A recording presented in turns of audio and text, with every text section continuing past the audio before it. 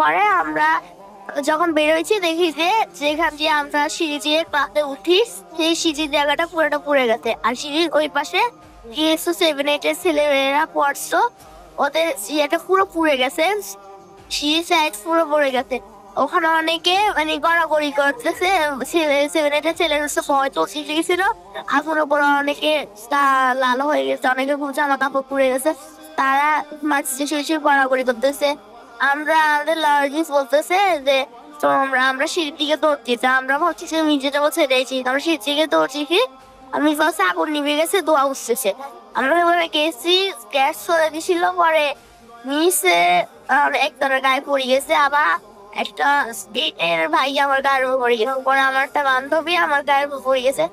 আমরা অনেক কষ্ট ওখান থেকে উঠে এসেছি। পরে বারান্দার দিকে লোক আসছে, তারপর আর্মি লোক আসছে, ভাঙছে।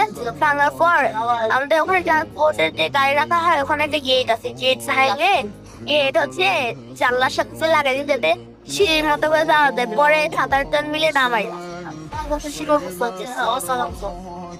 কিছু আর্মি লোক মানে চারপাশে ছিল, আমাকে আস্তে আস্তে আস্তে করে নামাইছে।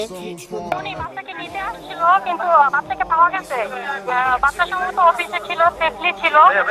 ফোন করে বাচ্চার দাদার হাতে তুলে দেওয়া হয়েছে, কিন্তু ওনাকে কোথাও পাওয়া যাচ্ছে না, অনেক হসপিটালে খোঁজা হচ্ছে। কি নাম আপা? ওনার নাম হচ্ছে লামিয়া আক্তার সোনিয়া। হ্যাঁ, ও স্কুলে ছিলেন। ও আমার আন্টি হয়। ওনার ছেলে বা মেয়ে এখানে পড়তো? হ্যাঁ, এটা ওনার মেয়ে, ওনার মেয়েকে পাওয়া গেছে।